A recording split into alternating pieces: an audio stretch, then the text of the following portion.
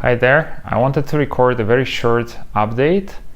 We decided to spend winter in Portugal, so I need to pack up my stuff and I have tons of instruments and I needed to decide what I'm gonna take with me. So I was unpacking all of my instruments and trying to decide, and I said, well, there's so much stuff going on. I have so many memories with each of those instruments.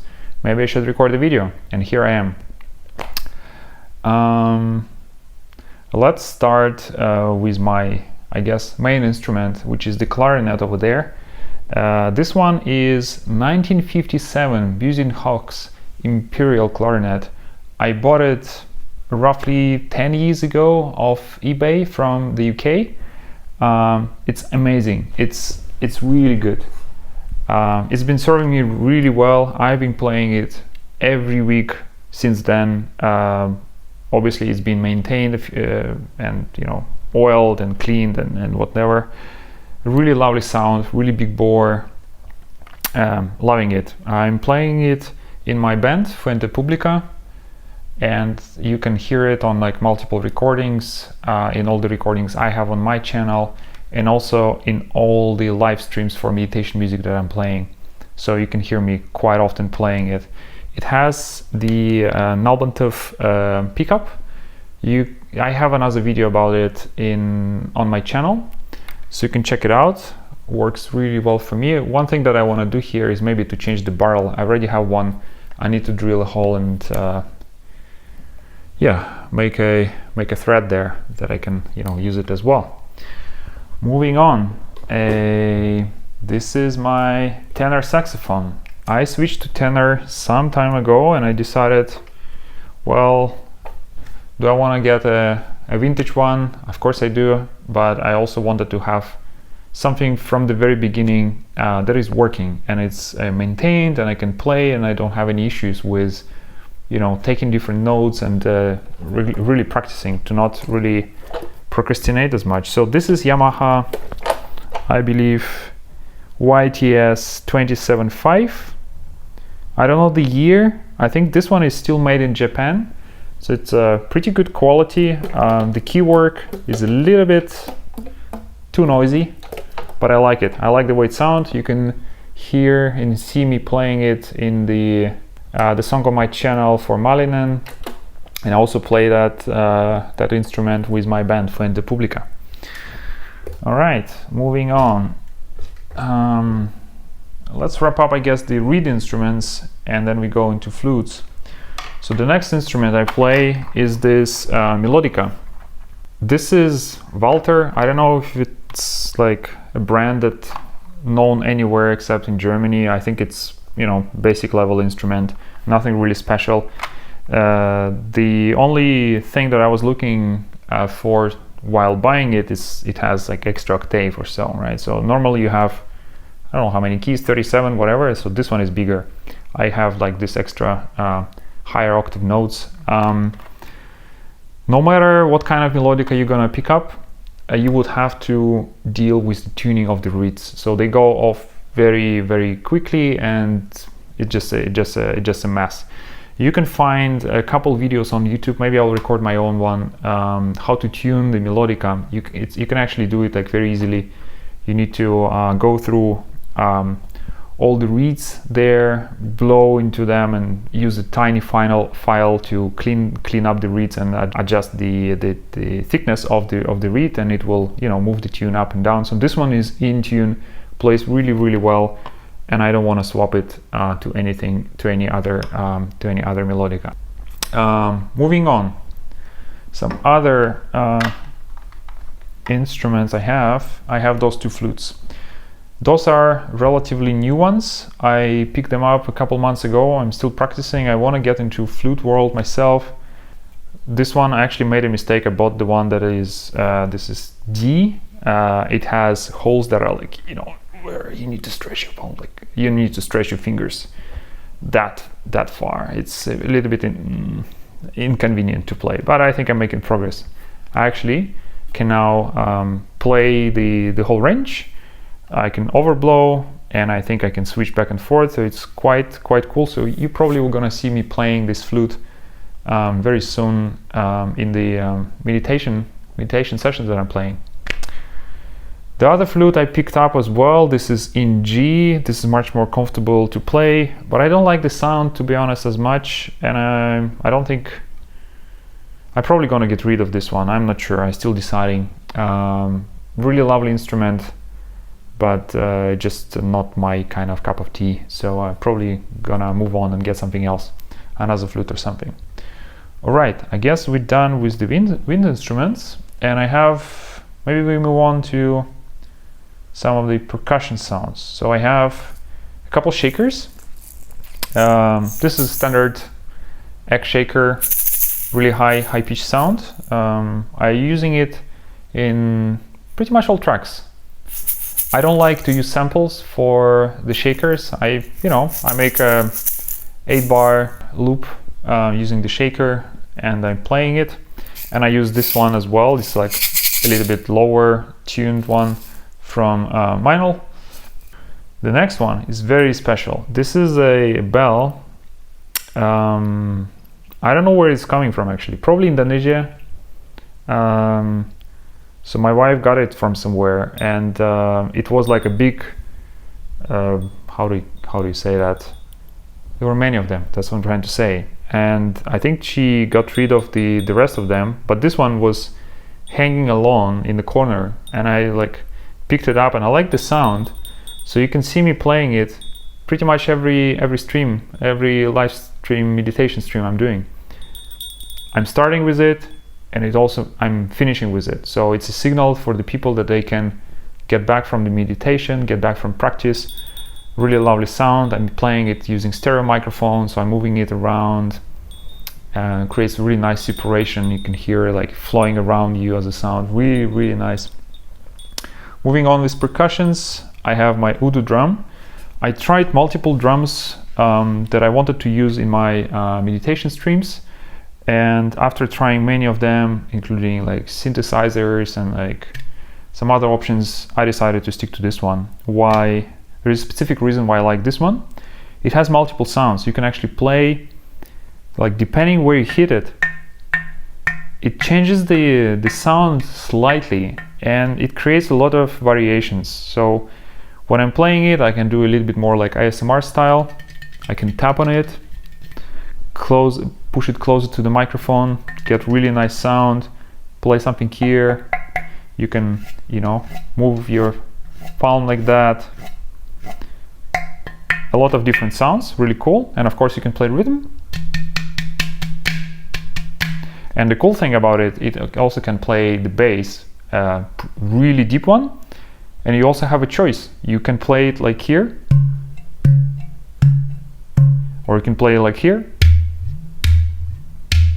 And you can also do this wobbly sound. You can do it.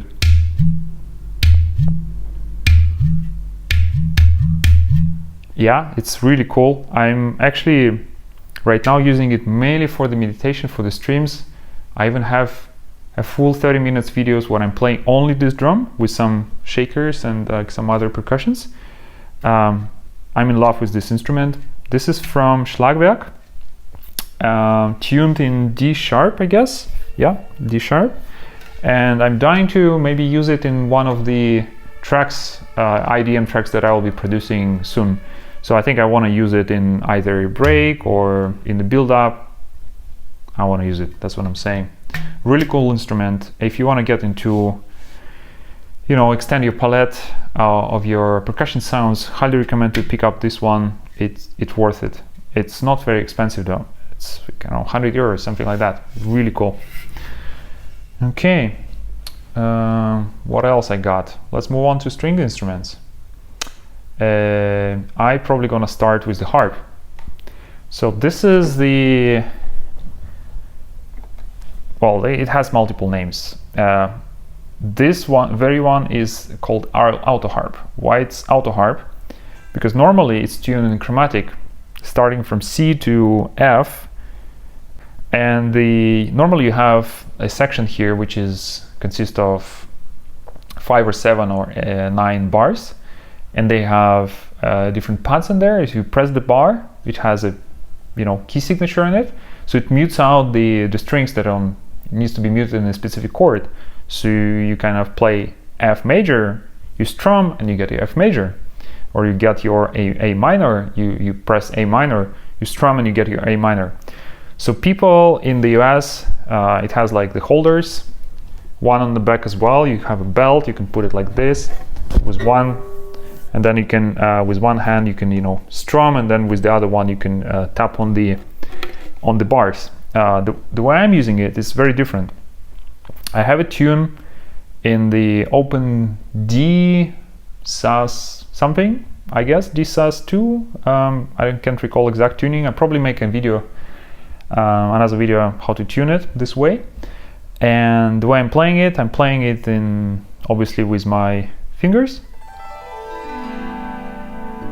Obviously, if you want to start off with like beginning of meditation or something like that, really nice. You can play some chords. You can also play it with a pick.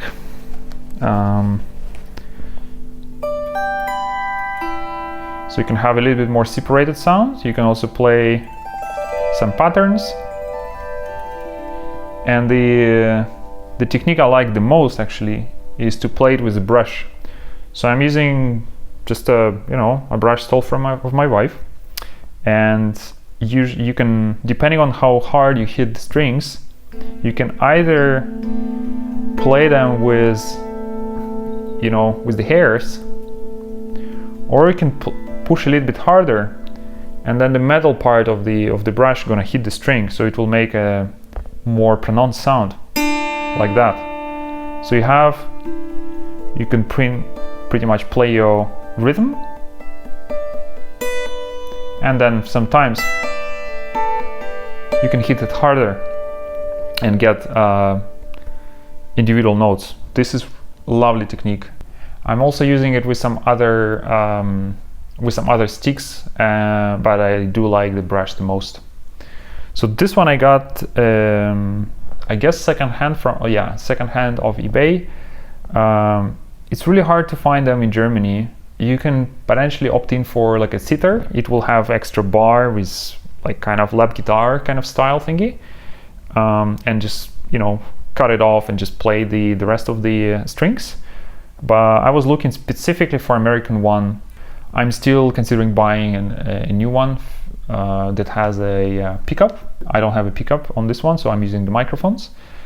And I also made an attempt to make my own Autoharp. I have it almost completed. My wife made like really nice artwork on the top of it. It painted yellow, really beautiful instrument. The only problem is I don't think I'll calculate it right, the force of the string, so it's actually the body is bending a little bit, so I actually need to do some extra reinforcement in the body, and I think, yeah, I hope I can play it one day for you. All right, so that's the Autoharp. Moving on, there is instrument on my back behind me. This one has multiple names as well. I call it Rubab. Some people call it Ribab, Rubab, Rabab. There are many names. This very one comes from Uzbekistan. I ordered it from the master there. He shipped me directly to Berlin. I think I paid 200 or something for it, plus import tax, plus some delivery. It's quite basic, but it sounds just beautifully. So this resonator plate is made of skin, and it vibrates along with the string. So it actually, if you put like multiple microphones around it, you can get like a very, how to say, it's a lot of volume, that's what I'm trying to say. You can hear it, and it just fills it all the space. Sounds really nice solo, or with a little bit of background.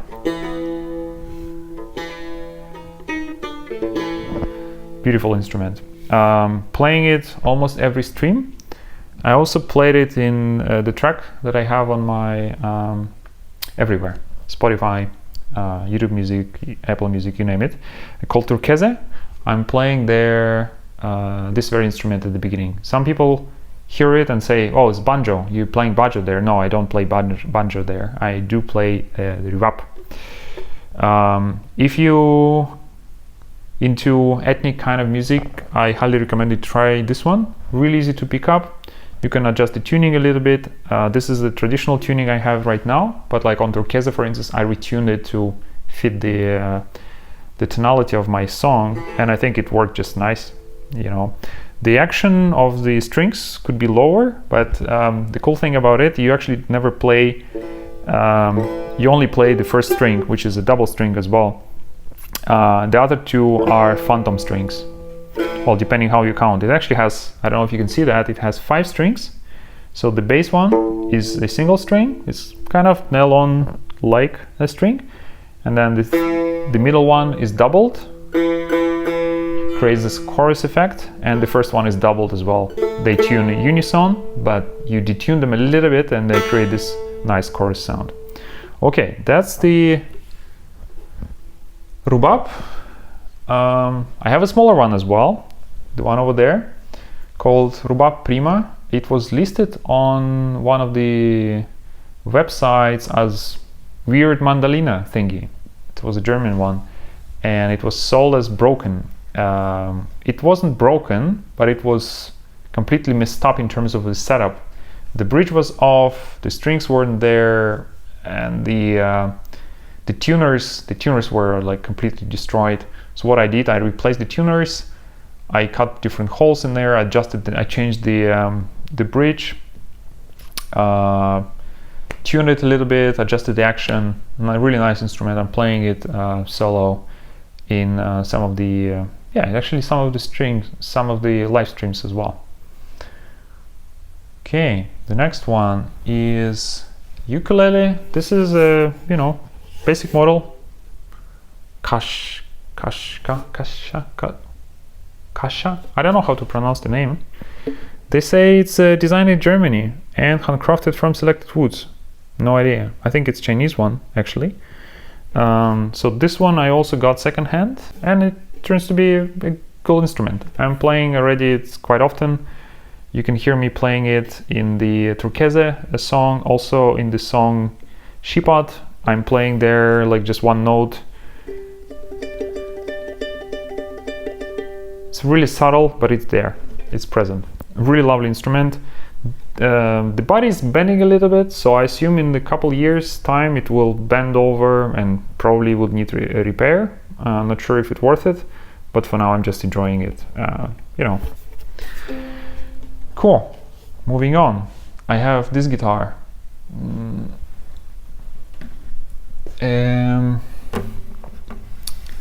Clifton, no idea. Probably one of those guitars you can buy in the supermarket. It has some defects. The braces, I think one of the braces is split in there, if I remember correctly. Did I glue it up? Not sure. Anyway, so I think the body is bended a little bit, but I don't really care. The bridge is solid, the action is good, I like the way it sounds. And obviously this is not a concert instrument, like I don't play live, I play mainly in the studio. And I just needed a guitar with nylon strings because I wanted to get like a very specific sound for one of the songs that I was producing. And I just pick up this one secondhand for 30 euros, put in new strings, another 10 euros, and I really like how it sounds. You can actually hear it in many songs, pretty much all songs I'm doing, it's there somehow. In the cover of Malin, and I think I'm playing pretty much throughout the entire song. Next to along with ukulele, it adds this like extra body next for the ukulele to support it, like somewhere between the bass and the ukulele tune. And also playing it in Turquesa, you can hear it when I'm playing the solo on the clarinet. There is a chord changes, and I'm playing this guitar there. And most amazingly, in the last release that I made, Shipad, I'm playing the main riff in there. So many people asking, hey, what kind of guitar are you playing? Is it one of the electric ones? No, I actually do play this acoustic, very acoustic guitar. I just put a microphone in here, normally like large diaphragm condenser. Played the riff straight into my interface, so I reamped it there, added a little bit gain, added a little bit of EQ, and here we go. It sounds amazing, I think. Yeah, I'm not after brands here, so it's really good guitar. They call it handmade quality. That means it's a cheap Chinese one, but with some quality control, I guess. Okay, moving on. My Les Paul. Since I've been into guitar world, Les Paul is my favorite body. It's the favorite shape of guitar. The very first electric guitar I got was Les Paul shaped. It was a really cheap Korean-made instruments with a bended neck, out of tune, fake humbuckers. It had single pickups, single coil pickups instead of in the humbucker body. Really terribly sounding, but I still fell in love with it, and I liked it. And when the time came for me to change and make an upgrade, I said, well, I want to get something, you know, a little bit higher quality. And I was looking, obviously, monitoring some websites. I wanted to get like second-hand one, but a good one. So I got this one. I think this is 1988, 1989 or something like that. Yeah, must be 1989. So Greco is one of the companies in Japan. They were producing knockoffs of Gibson guitars, Fender guitars, whatever. And this one, they had tons of different models. And this one is, I think, you know, pretty close to Gibson spec Les Paul. Super comfortable neck, really nice to play, amazing pickups, really good ones. I compared this one with Les Paul Studio recently, and it's just day and night. It's just day and night. This one is so much better. If you play a chord, you can hear every single note in the chord, and even with hard distortion, you can still hear every single string, no matter what you play. Mainly using it in the studio. Has some rusty electronics. I think I need to fix a couple of potentiometers. I don't know which ones, but like, you know, I max them all out. I play what I need, I record, and then I reamp and do whatever. I don't use this guitar for live performances. Actually, none of those instruments I'm taking with me like on stage or anything, except for the clarinet and saxophone, of course. Many of those instruments I'm using in the live streams, but they never leave my house. And I think Les Paul is not going with me, unfortunately, to Portugal, mainly because of, yeah, obviously I have limited capacity. I cannot take all of them. And they obviously well known for breaking off the headstock. So I'm really afraid I'm gonna break it if I'll be taking it with me. So this guitar I got, I think 10 years ago, 8 years ago, something like that, from a guy, of course, secondhand. This is pretty old instrument. It has a very beautiful top, as you can see, and it has a very interesting crack that goes through from here to here. I don't know if you can hear that. You can see that. I think someone is messing up with the bridge or something, and you know, dropped it or something, so there is a crack. I brought it to a technician, to a guitar technician. She inspected the crack, said, well, nothing to worry about. It's really just a surface. It's not gonna make any harm to the body. It's not gonna expand over time, and it's been with me since, you know, 8 years and did nothing. And I actually don't hear any issues with the sound. A friend of mine has exactly the same model, but not with the flame top, but normal one. I think they play the same, so I don't really see any difference there. Really nice instrument.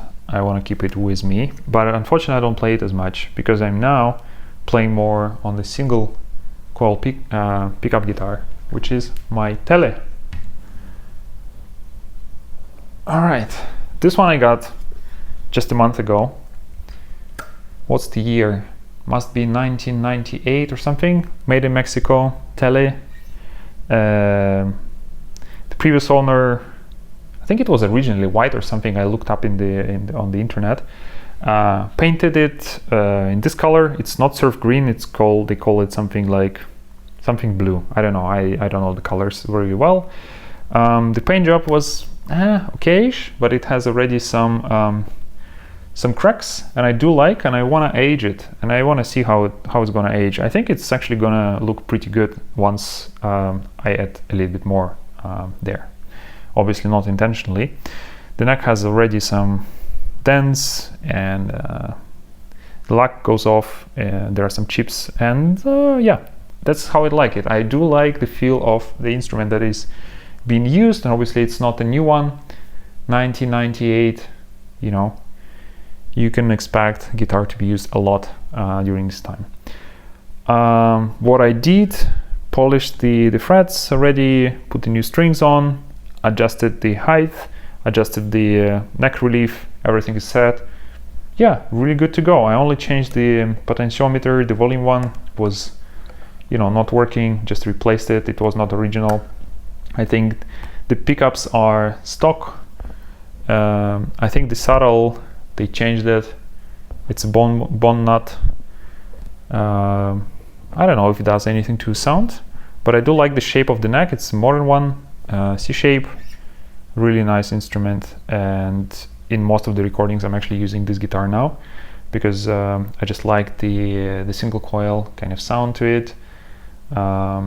And I wanted to get a Tele for a very long time, and finally got one. I'm really happy with the purchase. It costed me something 400 euros, a little bit less than that. Really nice guitar. The guy was nice, shipped that to me. I bought it unseen, and I'm really happy that it turns out to be a really good instrument that I like now and play a lot. And the last one, I guess, for today is my Ibanez Jet King bass guitar. I have this one since 10 years as well. I used to play this one a lot, so this has been with me through many gigs, open airs, concerts in bars and clubs and whatnot, and you know, it just served me really well. Just a couple things that I did once I bought it. I actually didn't bought it, I actually swapped it. I used to have multiple clarinets, and then I had the clarinet on sale, and the guy messaged me, hey, do you want to swap it to a bass? And I was like, yes, I do. Show me the picture, and he showed me this instrument, and I just liked it. So we met somewhere, I tried how it sounds, and I said, yes, it's a deal. So we swapped the instruments. I hope he enjoyed the clarinet too, because I do enjoy this bass. I think this one made in China, but I don't really care. I like the shape. There were like not that many of this series produced. The Jet King, I think, is known for the normal electric guitars, not as much basses, and I only see a couple people on the internet playing this very model. It's really sad because I think it's really nicely looking. Did a few customizations to it. It used to have 2 volume knobs and the tone. So one for the neck pickup, the other one for the bridge pickup. So what I did, I swapped the middle one with a double direction potentiometer. What I'm trying to say is it sits in the middle. There is like a notch there. If it's in the middle, both pickups play. If I twist it to the right, the neck one plays. If I twist backwards, the bridge pickup plays. Really nice, really easy, super intuitive. And then the volume does total volume, and then tone does the total tone. Super intuitive, at least for me, makes sense really. And this is the modification I did to this one. Pickups not really great, but you cannot really buy any better ones in this format. This is like super weird soap bar kind of style, but the dimensions are super weird. They're, you know, not standard. You cannot get like a decent pickup. So they're fine. I'm kind of happy with it, and you can hear this bass playing in many songs. I think pretty much everything that I produce, if that's not you know, electric bass, and I do like synth bass, or I'm playing this very bass there. Slaps really well. As you can see, I have the muting thingy in here. It's just a just do it like that, and it mutes out the strings, and I push it out, and I can play the open strings again. Plays well in tune. Obviously I did a little bit of adjustments. Action is set pretty high, but it's really good for slap, it's not scratching anything, and yeah, really nice instrument. So now is the dilemma, what I'm gonna take with me. I think I haven't decided yet, but probably what's gonna happen, I'm gonna take this the ukulele. I'm not taking melodica, neither of the flutes, and I of course gonna take the clarinet with me. Still unsure about the Udu drum. I'm not sure I have enough capacity in the trunk that I can take with me. And yeah, so non-negotiable, non-negotiable, non-negotiable, question mark, question mark, question mark. I really wanna have this Rubab with me for the live streams that I would like to keep playing for you on vacations. Yeah, let's see. And the very reason why I'm not taking the Autoharp with me is because we're going to Portugal and they say it's really humid there.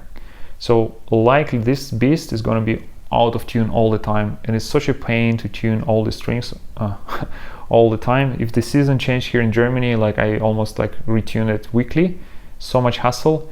And I think in Portugal it's going to be even worse, so I'm not going to take this one with me, unfortunately. Right, so that's it for today. I hope you enjoyed the video. I hope you got a sense of what kind of instruments I own and what I'm using for. If you have any questions, of course, feel free to drop me a line. And yeah, see you in the next one. Bye.